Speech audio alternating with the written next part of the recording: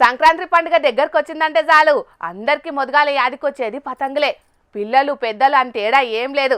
పతంగులు చూసిందంటే చాలు ఎవ్వలైనా పిల్లలైపోతారు. అందుకే పతంగులు ఎగిరిచ్చే కార్యాన్ని సుతం ఓ పండుగ లెక్క చేస్తుంటారు.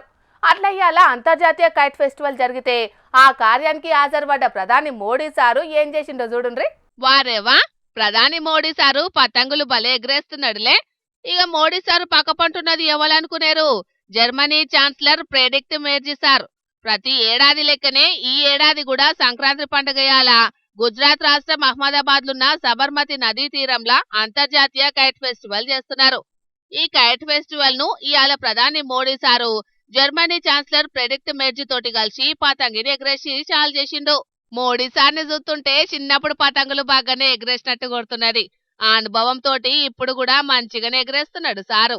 జాతీయ పతాకాలను కూడా ఒకదానెనుకోటి బాలే పంపిస్తున్నాడు కదా గాల్లెకి. ఇక ఈ పతంగులు కూడా చిన్న చిన్న ఏం కాదు, భారీ పతంగులనే గాల్లెకి పంపించిండ్రు. భారత్ అని, ఇండియా అని, సింధూర్ అని ఇట్లా తీరు పతంగులని ఎగిరిపించిండ్రు. ఇక ఈ కైట్ ఫెస్టివల్ కు దగ్గర దగ్గర 50 నుంచి 135 మంది దాకా వచ్చిండ్రట.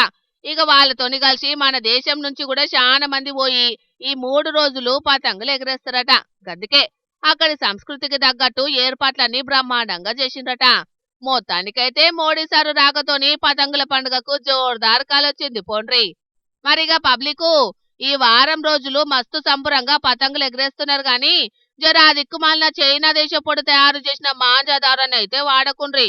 అవి దారాలు కాదు, పక్షులు మనుషుల పానాలు తీసే యమపాశాలన్నది ఆదుంచుకొని మెద్లుండ్రి, సరేనా?